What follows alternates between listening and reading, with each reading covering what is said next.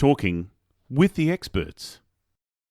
Learn expert SEO tips for 2025 with Brandon Leibowitz. Discover keyword research, competitor analysis, and website optimization strategies in episode 571.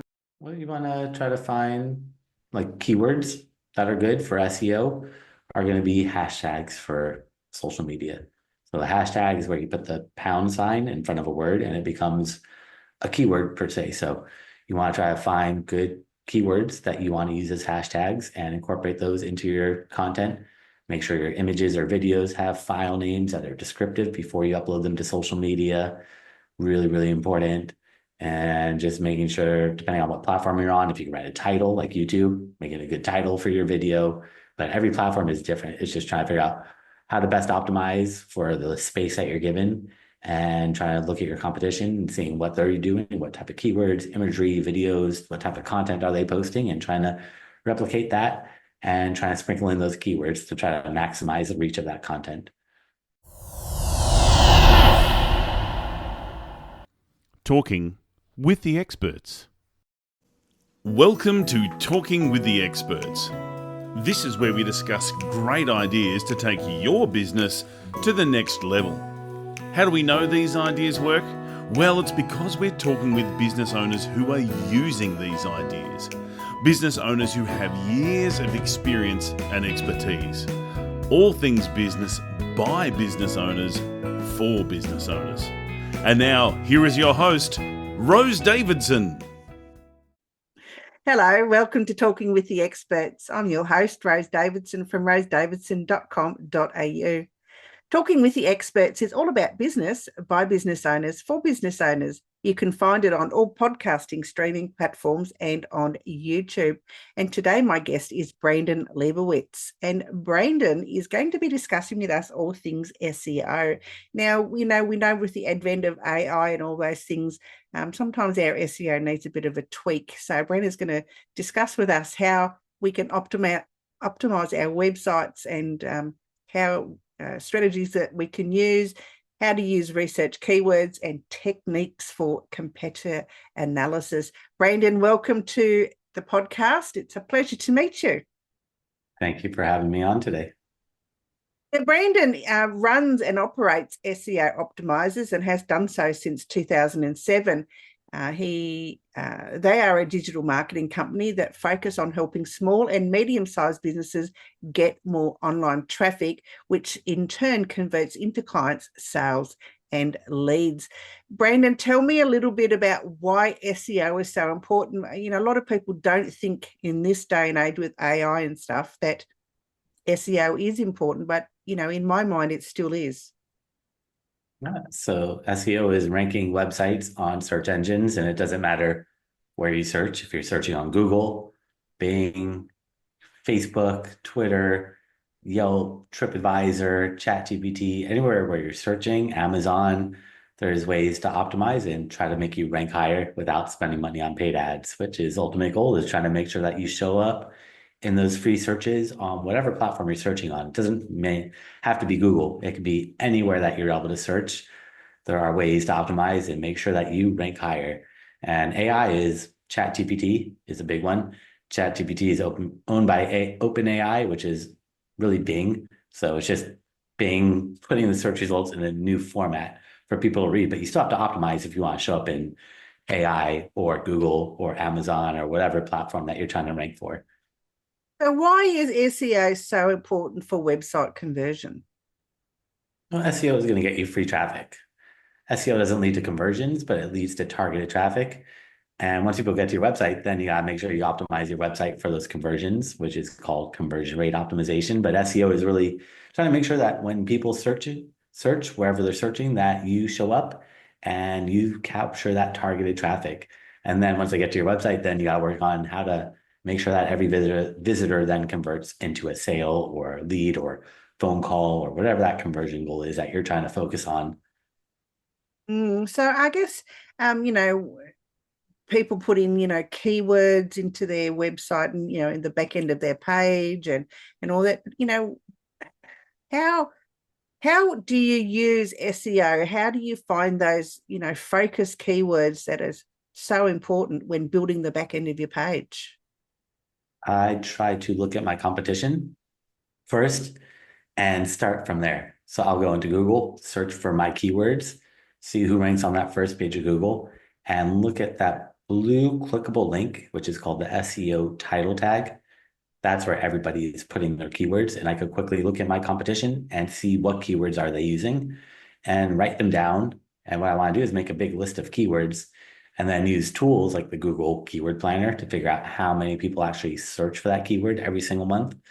But first, I like to try to spy my competition and get ideas from them, because if someone's on page one of Google, they probably did some keyword research. Hopefully, maybe they just got lucky, but in general, most of those websites probably did some keyword research, and you can get ideas and see, is everyone using a singular or plural or a synonym? And if you see everyone, if you're trying to rank for a keyword and you see everyone's using a plural, maybe the plural might be a better one, but you still need to check using the keyword planner from Google to really see how many people search for that keyword every single month. Like one of my clients, they're a personal injury lawyer, and they want to rank for personal injury lawyers, which gets, I think, 20,000 searches a month in Los Angeles, where I live. But personal injury lawyer, singular, gets 200,000 searches every single month. Just by removing that one letter, you're going to get 10 times more searches. That's why you got to do keyword research, because you could guess and you might get it right, but you also might get it wrong. And it only takes a few minutes to do that research. Quite often I use ChatGPT to, get those focus keywords for the back end of the website to do the SEO. Yeah, is it better to use them, or is it better to use the Google platform? It depends how you're doing keyword research. If you just want a list of keywords, then ChatGPT is okay. But if you want to know how many people search for that keyword every single month, ChatGPT is going to give you the complete wrong numbers. Like their numbers don't even match up close. And that's the thing with AI, it doesn't know the right answer a lot of times. And if it doesn't know the answer, it's going to make it up. And it's not going to tell you that it's making it up. So I would probably avoid doing keyword research on ChatGPT or any AI for the time being, because it's just so far inaccurate. And using the Google Keyword Planner takes the same amount of time as using ChatGPT. Right, that's a good tip, because I've been using it and using that, and I ask for a focus keyword, and you're right, it doesn't give me the amount of searches for that particular focus keyword at all. So I think I might start using the Google Planner instead and find out, what I'm doing wrong. Because when I go and search for my page, it comes up automatically, but I don't know exactly what page it's on in Google. So and just quietly, how can you find out what page you're on? What do you mean? Where you rank? In Google. So if I put my website URL into the search bar, and it comes up, how do I know where my page ranks in Google? Obviously, you have to just search. So if you want to see what position you're in, you're going to have to search and see where you rank. So if you're ranking for like car mechanic near me, you could just search, and you have to go through all those pages of Google to see where you're at. But usually I want to go past page 3 if you want to, but there's tools that will let you check and scan to page 10 to see what position you're in for those different keywords. I wonder if I must be on nearly page 1 then, because I don't have to search very far. Yeah, but anytime it's your company name, that's not really, we want to rank for keywords that don't have your company name, non-brand keywords, because anything with your company name, you're always going to rank for that. But what you want to do, and anyone searching for your company name, they already know who you are. You want to show up for new searches of people that don't know who you are. And that's where you want to do unbranded searches, keywords that don't mention your brand name or your company name or your name, where it's just mentioning the services only. And that's going to get you that new traffic. I'll do that. I'll go and do that after this interview and see how we go. Brenda, what are some really great SEO strategies that we can work on for our 2025 planning? I'd say adding more text to your website is something that doesn't require coding and is easy enough for everyone to do. Is Google feeds off text. The more text you have on every single page on your website, the easier it is for the search engines to read and really know what that page is about. And you have to put text on every single page. It has to be original content. Google doesn't care who writes it anymore, AI or people, as long as it's accurate. Because again, AI is not accurate. So if you just copy and paste from AI, it might do more harm than good. But if you go in and tweak and edit it, that's perfectly fine. But you need to add text on every single page. It is really, really important. Doing that alone will almost guarantee you'll get more traffic. Mm. So, in our marketing plans, how can we, add SEO into, our marketing strategy? For your marketing strategy, you just want to try to figure out who your audience is and where they are. And are they going to be on Google searching, or if they're on Google, where are they? Maybe they're on social media and you could optimize for social media, or if they're on a directory or like TripAdvisor or Yelp or something like that, you could optimize for that, and just trying to understand who your audience is, where are they, and how do I get in front of them at the right moment. That's really the most important thing, is where are they and how do I get myself in front of them when they're actively looking for my product or service. And that's where sometimes you just have to take a step back and think, if you're looking for your product or service, where would you go? And then you kind of just piece it together and try to test and see what works, and push more time and money to what's working and pull money and time away from what's not working. Yeah, I guess, as we've said, SEO is a really important part of building a website. How can we use the research tools and to, better get those important keywords that we need to have? Yeah, you want to look at those keyword research tools that I was talking about, like the Google Keyword Planner, and you put your keyword in there and it'll show you how many people search for your keyword every single month. So then you can go for the high search volume keywords. But just because it's a high search volume keyword doesn't always mean it's the best, because it probably means it's very, very competitive. The more competitive the keyword is, the more time it's going to take to rank. That's where you can just go in and search that keyword that you think you want to rank for on Google and see who ranks on that first page of Google. And if it's a bunch of big corporations and you're just a startup, you might have to skip that keyword. But if it's a bunch of small or medium-sized websites and you're a startup, go for that keyword. But that's where you just have to go in and dive in and really take the time to find those low competition keywords that have good search volume. And what is it, can you explain to me, in the keyword search, it tells you how many clicks there are, but there's other numbers in that sort of line, that some people don't understand. So you've got, clicks per conversion, or clicks per something or other. I don't know what exactly that it means. Can you explain to me, what those numbers, all those numbers mean when you're looking for a keyword? It depends where you're looking. Every platform is going to be different. If you're just looking at the Google Keyword Planner, it's going to show you how many people search for that keyword every single month, the competition. It's going to show you the cost. If you want to run paid ads, it'll show you how much each click will be. But it depends what platform you're on. If you're on a different third-party tool, it might show you different data points. But Google Keyword Planner is going to show you competition, search volume, cost per click, and the monthly searches year over year, how it's changed, if it's increased or decreased. Right. Okay. So social media marketing, SEO is quite important in that. I understand that. And how can we use SEO in our social media marketing? Well, you want to try to find like keywords that are good for SEO are going to be hashtags for social media. So the hashtag is where you put the pound sign in front of a word and it becomes a keyword per se. So you want to try to find good keywords that you want to use as hashtags and incorporate those into your content. Make sure your images or videos have file names that are descriptive before you upload them to social media. Really, really important. And just making sure, depending on what platform you're on, if you can write a title like YouTube, making a good title for your video. But every platform is different. It's just trying to figure out how to best optimize for the space that you're given, and trying to look at your competition and seeing what they're doing, what type of keywords, imagery, videos, what type of content are they posting, and trying to replicate that and trying to sprinkle in those keywords to try to maximize the reach of that content. So it's really important that we do our keyword research and just don't rely on AI to spit out the hashtags or the keywords that we're looking for. So actually sitting down and doing that research is really important, is what you're saying. AI is a okay starting point, but to really get the numbers, you could ask AI to give you the numbers, but they're going to be completely off.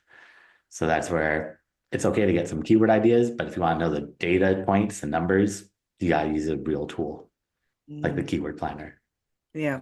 So For now, Google maybe in a few Ads. years it will change, but right now AI is just full of those inaccuracies, and we don't want to put something out and think that's good and it's really not good. And AI is doing those AI hallucinations, and it's not telling you that, it's making it up, which is really weird. I feel like if it doesn't know, just tell us you don't know. Don't make something up, because then a lot of people are just going to copy it and paste it and post it on their website. And it's a lawyer did that, I think, recently, or a couple of years or a year or two back, right when AI came out, and they used AI to write their whole deposition, and it was full of incorrect cases. And I think they might have gotten disbarred for that. So that's where you just got to really, really be careful.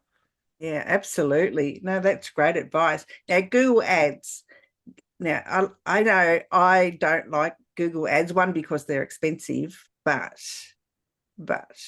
how can Google Ads better our reach? Well, unfortunately, most people that come to your website are going to leave immediately. It's that bounce rate, like around 50% of your traffic on average. On a normal website, half the traffic is going to leave. And that's where you can follow people around with banner ads. So if you ever looked at a product and you don't buy it, those ads will follow you around. That's all through remarketing on Google. And that's where you can follow people around and keep yourself top of mind and just keep those touch points for warm leads. So I like to run those ads indefinitely, because you want to keep yourself top of mind, and half that traffic is going to leave. And you spent a lot of time getting that traffic to your website, and following them around with those ads is really, really cheap. You could get away with hitting 1,000 people a day with your ads for $10. Really cost effective. And these are all warm leads of people that have been to your website, but for some reason they didn't convert. And those ads I like to run. There's lots of other ads. You can run search ads. Those are very expensive. YouTube is owned by Google. They give you 30 seconds free ad space on YouTube. So if someone watches your video ad for 29 seconds and then skips it, you don't pay a penny. After 30 seconds, it's a couple cents of you. It's really, really cheap and cost effective. And that's where it's all about testing, and not just running those expensive Google search ads, but running all the other ads that Google lets you do. But I would always run those remarketing, because you always want to keep yourself top of mind, especially for people that have been to your website and didn't make that purchase or call you. Follow them around.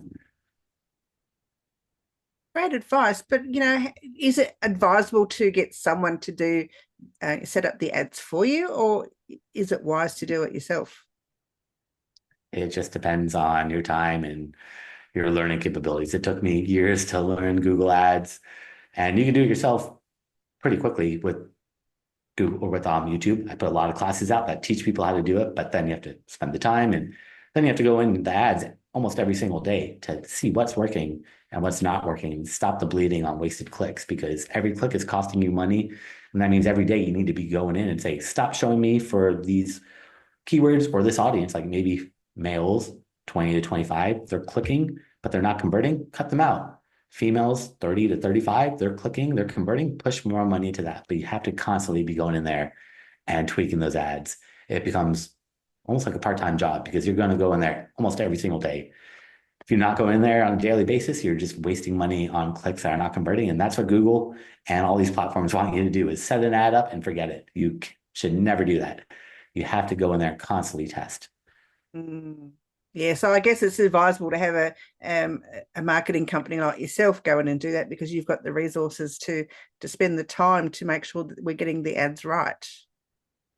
That is important, but there's some stuff that you could do, but do you really have time to go in every single day? If you do, great. But if you don't have time to do that, then it might be better to delegate to somebody else that could take that off your load. That way you can focus on other things. Because when you're a business owner, there's too many things that you have to do. And to worry about Google Ads is a whole new skill set. It's like me trying to change my engine of my car. It's like I could do it, but it's probably gonna take me a month or two or probably longer to figure out how to do that. So it just depends on how much time you have to invest in yourself in learning a new topic or learning a new skill set. But then also, how often am I going to use it? If I need to change my car's engine, is it worth me to spend a few months to learn that? And how often am I going to really need to do that? Probably once, maybe once, probably in your lifetime. Hopefully, you don't need to do it more than that. So it's like all that time just to have a skill set that you're going to do once it's a lot of work. Absolutely. Now, talking about competitor analysis, what are some techniques that we can use for that? The best way is really understand that online and offline is different. And when you're searching Online, whoever ranks on that first page of Google is your competitor.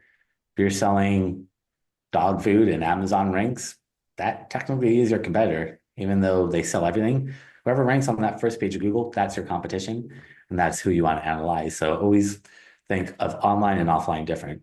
Like I get a lot of people that come to me and say, hey, here's a like a restaurant will come to me and say, here's a list of restaurants that all are my competitors. And I search on Google and none of them rank.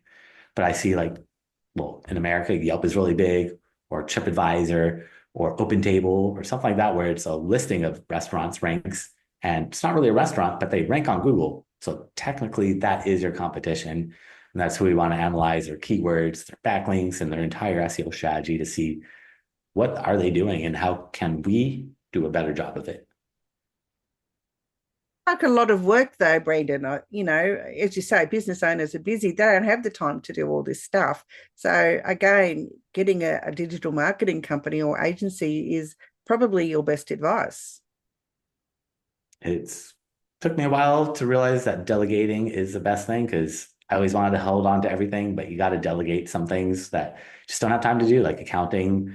I could do my QuickBooks, but do I really want to spend a couple hours every single week, essentially managing, making sure everything's balanced, or just pass it on to someone? That way I could focus on more important things like growing the business, or doing podcast interviews, or writing blogs and articles, and doing my social media and all these other things that are on that list of to-dos that I can't really give those off to people. I can't have someone be a guest on a podcast on my behalf. It's not really going to work. So there's only so much time in the day, and sometimes you just got to let things go and delegate, and it makes things much, much better in the long run. It's tough to let go at first, but once you do it, you're like, why did I do this years ago? Because it's given me so much more free time to really focus on my core capabilities and my expertise. Yeah, absolutely. Now, your website, SEOoptimizers.com, what can people find there? And, what can they expect? So everyone that made it to the end, I made a special gift for you if you go to my website at SEOoptimizers.com/gift. That's SEOoptimizers.com/gift. And I can find that gift there along with my contact information and classes I've done over the years. I've thrown up for free. So you can see step by step how to do a lot of stuff that we talked about with SEO, Google Ads, social media, all that stuff. I've created free courses that you can watch anytime. And also, if they have a website and they want a website analysis, free consultation, I'm happy to check out their website from an SEO point of view and see what is working or what's not working and how to get you to that level that you want to be at. Very good. Excellent. Now, you can find Brendan everywhere. He's on Facebook, he's on LinkedIn, he's on YouTube, Instagram, Twitter, Pinterest, TikTok, and Buzzsprout. Now, all these links will be put in the show notes when this goes to air. Brendan, what else can people, what advice would you give people that are starting out with SEO, or how to improve their SEO? Patience is key. Unfortunately, with SEO, it's not immediate. It takes time to get Google to trust you and to rank you. And a lot of people want that immediate results. With SEO, you're not going to get that. Social media, paid ads, that's the way to get that immediate traction. SEO is a slow, steady growth, and over time, you're going to get more and more and more traffic, but you have to be patient. And a lot of people get discouraged and give up. But it does take 6 months on average. It could take more, it could take less, depending on the competition of those keywords. But just stick with it. Don't get discouraged if you don't see those immediate rankings. Absolutely great advice. Brendan, it's been an absolute pleasure. Thank you for joining us here on Talking with the Experts. I look forward to sharing this with you in the future, and I hope you'll come back on one day. Thank you so much for having me on. You've been listening to Talking with the Experts, hosted by Rose Davidson. Make sure you have a look at our back catalogue over at talkingwiththeexperts.com, and be sure to subscribe to our podcast so you don't miss out on any episode. We look forward to your company next time.